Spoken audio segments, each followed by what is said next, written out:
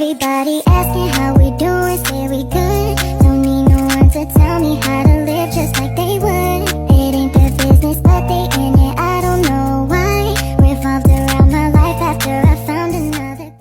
Assalamualaikum warahmatullahi wabarakatuh. Salam sejahtera bagi kita semua. Salam Om Swastiastu, Namo Buddhaya, salam kebajikan. Perkenalkan, nama saya Sela Wulandari dengan NIM B1B122047. Saya merupakan mahasiswi Prodi Ilmu Pemerintahan Fakultas Hukum Universitas Jambi. Di video kali ini saya akan menjelaskan tentang pengembangan atau manajemen proyek di suatu desa, yaitu terletak di Desa Niaso. Tujuan dari penelitian ini adalah untuk memperoleh informasi yang jelas dengan perencanaan, pengorganisasian, pengarahan, dan juga pengawasan, serta evaluasi pada manajemen proyek yang kami lakukan, yaitu tentang sumber air bersih di Desa Niaso, Kecamatan Muaro Sebo, Kabupaten Muaro Jambi, di Provinsi Jambi. Penelitian ini mencakup analisis data primer dan juga sekunder, baik melalui wawancara dengan pemangku kepentingan desa serta melalui web resmi pemerintahan Desa Niaso, yang dalam hal ini adalah fasilitas informasi dan juga tinjauan literatur.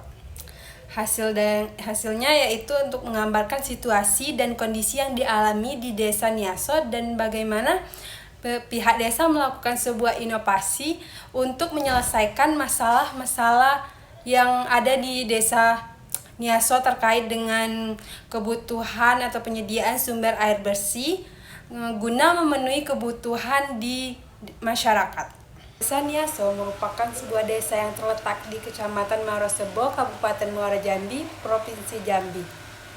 Terdapat 20 desa di dalam daerah Kecamatan Muaro Sebo. Desa Niaso terletak di seberang kota Jambi, yang lebih tepatnya lagi di seberang Desa Kunangan.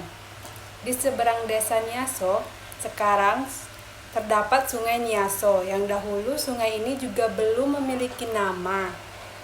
Di seberang sungai ini dahulu kurang lebih 1 km masuk ke dalam hutan ada sebuah pemukiman penduduk. Pengembangan proyek Desa Niaso ini diatur sesuai dengan asas kebutuhan masyarakat, tetapi kembali lagi dengan prioritas pembangunan yang ada di desa agar sesuai dengan aturan atau regulasi yang ada. Setiap pembangunan di Desa Niaso secara penuh pemegang kendalinya adalah kepala desa. Dengan aturannya, tim penyelenggara pelaksanaan dan didukung oleh partisipasi masyarakat dan proyeksinya. Kembali dengan masyarakat sendiri, peran masyarakat dalam pembangunan Desa Niaso tidak terlepas dari peran perangkat desa dan juga masyarakat desa, sehingga masyarakat diisyaratkan agar dapat berpartisipasi secara aktif dalam melakukan pembangunan terhadap infrastruktur desa. Banyak arah pembangunan yang telah direncanakan oleh perangkat desa dan diatur kembali sebagai skala prioritas di desa tersebut. Masalah utama yang dihadapi di Desa Niaso, Kecamatan Muaro Sebo, Kabupaten Muaro Jambi, keadaan wilayahnya yang kurang serta persediaan air bersihnya sangat kurang untuk memenuhi kebutuhan masyarakat sehari-hari. Hal ini disebut atau disebabkan karena keadaan topografi yang tidak memungkinkan untuk mengandalkan air sumur, dikarenakan sumber yang sangat dalam, sehingga untuk membuat sumur membutuhkan banyak biaya di dalam mengerjakannya, serta sumber air yang keluar tidak selalu ada.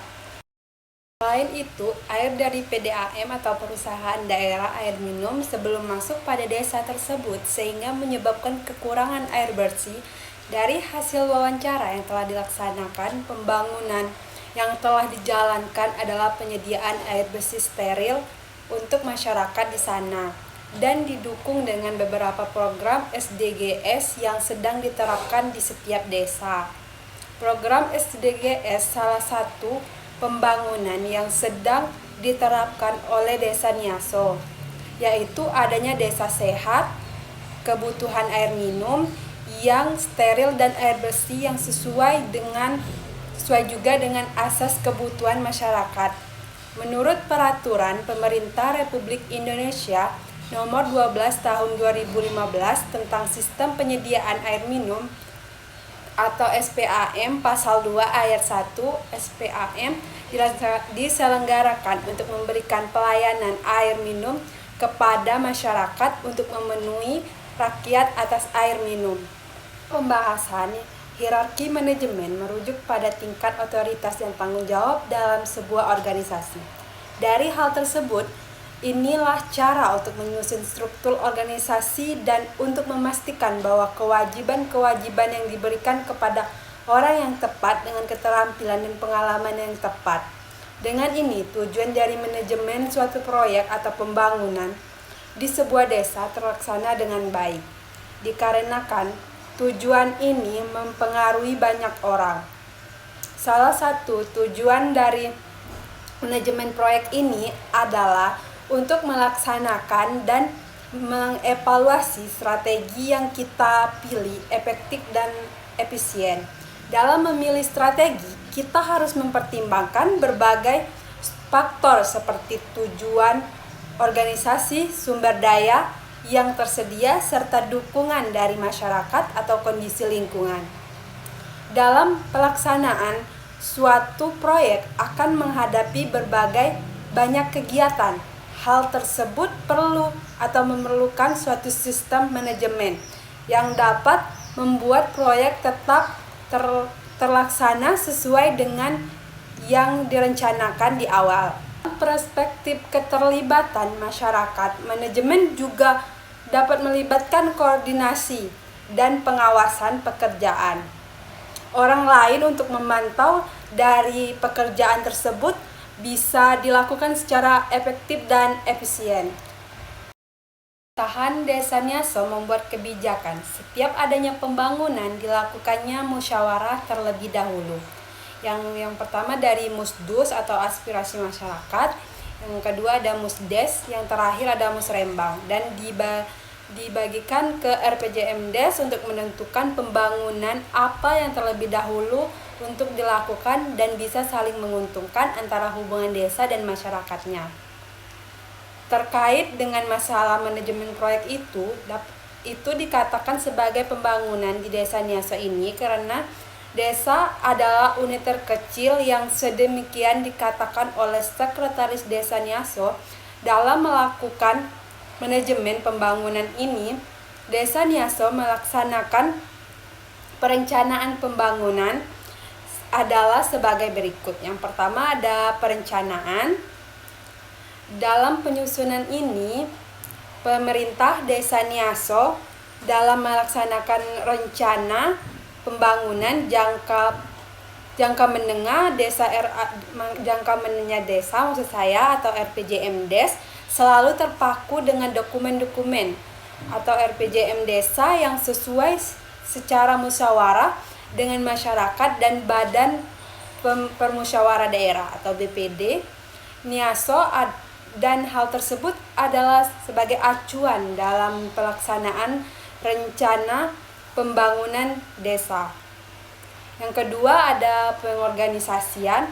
Dalam proses merancang strategi dan struktur sistem Desa Niaso melakukan pembentukan tim yang secara penuh dan sadar dipegang oleh seluruhnya, yaitu oleh kepala desa. Kepala desa membentuk tim penyelenggaraan pelaksanaan untuk mengatur jalannya pembangunan dan bisa dicapai dengan tujuan atau yang melewati langkah dari musyawarah tim pengawasan, yaitu ada tim dokumentasi serta tim administrasi. Dalam hal ini, tim tersebut diharapkan dapat melakukan kegiatan dengan efektif dan efisien. Dengan lingkungan organisasi pemangku kepentingan atau stakeholder. Yang ketiga ada pengarahan. Tim yang telah dibentuk diberikan waktu dan juga pengarahan langsung oleh pihak teratas yang untuk belajar dan memahami tugas-tugas yang akan dilakukan.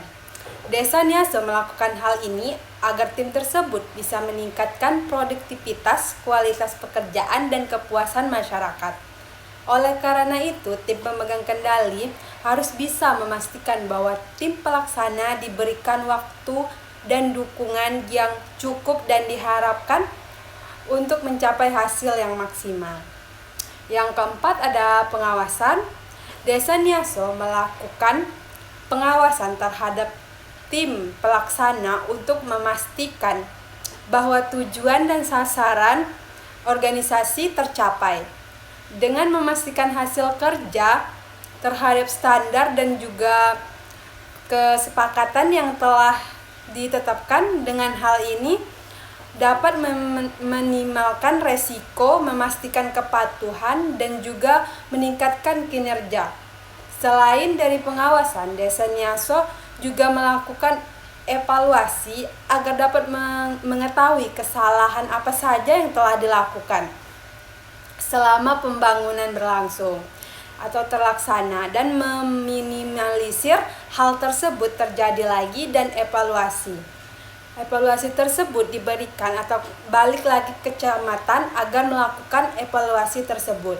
Berdasarkan hasil penelitian dengan perangkat Desa Niaso bahwa pengelolaan manajemen proyek dapat disimpulkan adalah bahwa Desa Niaso melakukan manajemen proyek atau pembangunan ini dari langkah perencanaan terlebih dahulu, yaitu melakukan musyawarah dari Musdus untuk mendengarkan apa saja aspirasi masyarakat di Desa Niaso, dan beralih ke Musdes, dan berakhir di Musrembang, dan akan didiskusikan kembali sesuai dengan RPJMdes. Terlebih dari itu, jika telah didapatkan pembangunan, apa yang akan dilakukan? Desa Niaso akan melakukan pengorganisasian untuk membentuk tim pelaksana sesuai lingkungan organisasi terhadap pemangku kepentingan, dan juga melakukan pengarahan untuk memberikan waktu kepada tim belajar dan memahami tupoksi mereka masing-masing. Dan yang terakhir adalah pengawasan dan evaluasi yang dilakukan oleh Desa Niaso untuk mengetahui hal apa saja sih yang keliru dan meminimalisir hal tersebut di pembangunan selanjutnya. Demikianlah yang dapat saya sampaikan. Lebih dan kurangnya saya mohon maaf. Saya akhiri. Wassalamualaikum warahmatullahi wabarakatuh. Everybody asking how we doing, say we good. Don't need no one to tell me how to